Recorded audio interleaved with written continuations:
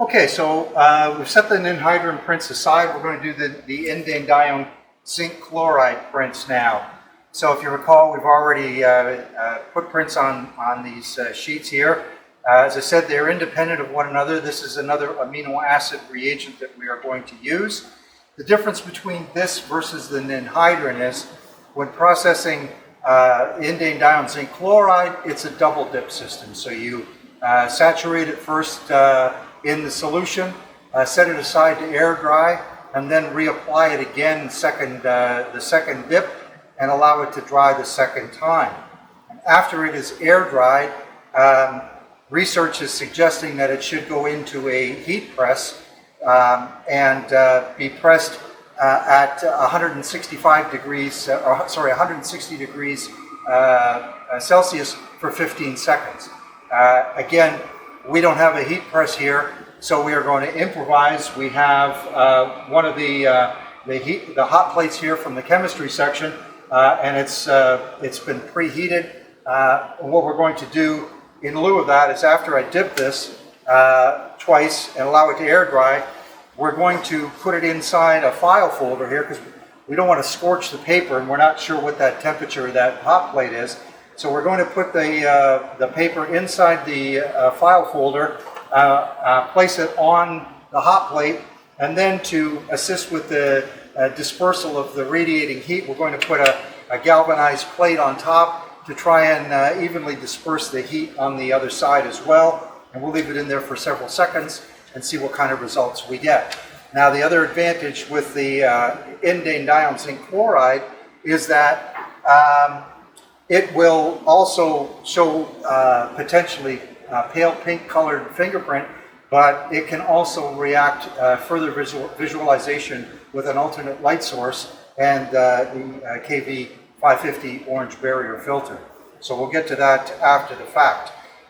One other thing of note is that the sensitivity of these chemistries, the anhydride, the first in that sequential process, that DFO solution is 25 times more sensitive than anhydride to the amino acids, and this is 10 times more sensitive than the DFO. So this is a very sensitive chemistry reacting with a wide range of the amino acids.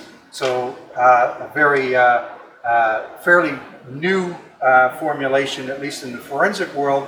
It's only been around for about roughly 35 years, but for you folks that are all either 20 or 20-ish, that seems like an eternity, but in the forensic world, 35 years is not very long. It's fairly new, but a very successful chemistry, and one that is being used by, it's gaining significance and general usage throughout the forensic community in many agencies that process fingerprints on porous surfaces. Okay. Okay, so this chemistry, we got the working solution here of the Indanedione zinc chloride, and so I will pour some into the tray here. Just set that aside. We've got our paper sample that's already got the fingerprints in it. And again, as we discussed, we do one dip, and we are going to air dry that. So we'll set that aside and allow it to dry. And again, it will evaporate fairly rapidly, so we can do the second dip in just a moment. Okay, so after the first the dipping, it is now completely air dried, so we'll put it back in the tray and dip it a second time here.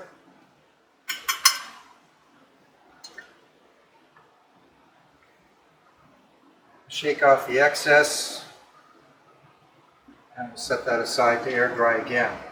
Now, one thing of note, the solvent that we use in this particular chemistries is HFE 7100, which is a 3M product. It's an engineered formula, and it works ideal for this as a substitute solvent for some other ones like petroleum ether and that kind of thing.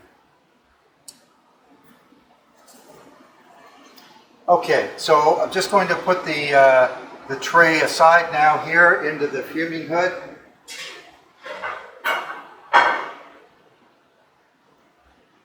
And our sample is almost dry here.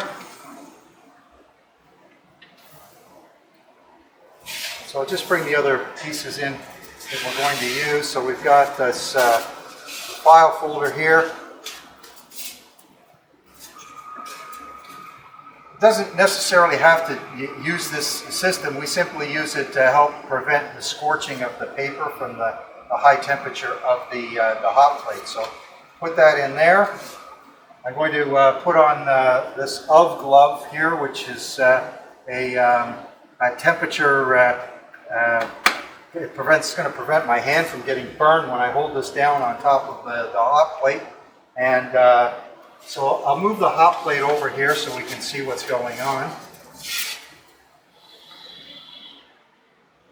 And so we'll put this down now, and we'll put the galvanized plate on top, and we'll simulate our 160 degrees Celsius for 15 seconds. When I start to smell flesh burning, I know we're just about at the right temperature and timeline here. Because we don't know what the actual surface temperature of that hot plate is, or what the temperature inside that file folder is, we'll just leave it here for a longer period of time, and we'll just take an estimate of when it might be fully developed. Feel the heat transfer through the glove. Okay, so let's have a look and see what we've got now. So we set that aside, and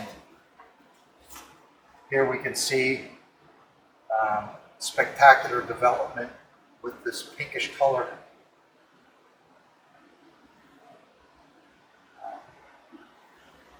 In casework now, when I was still doing casework, this would be my go-to chemistry for developing prints on porous surfaces because of its sensitivity and how successful that appears. Now, as you can see, there's several prints appearing this pinkish color, but it will also react, as we said, further visualization with an alternate light source and orange barrier filter.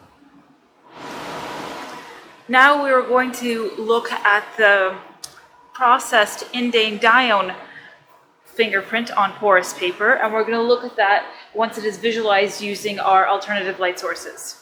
So we have 3 to choose from that are in a very similar range. We have 450 nanometers, 505 nanometers, and 530 nanometers. All of them will produce a color because excitation range for this is quite broad, but you'll see at which wavelength has the highest intensity. So obviously we have our orange filter back on, and I'm wearing orange goggles as well to protect my eyesight. I'm going to start with a 450, which is a blue light. There we go. So you are seeing it pop up there. It's more in. Then we are trying with a 505. You see a bit of the teal in the background. But that palm print is very visible and very bright. And lastly, with the green 530 nanometers, this is how it looks like.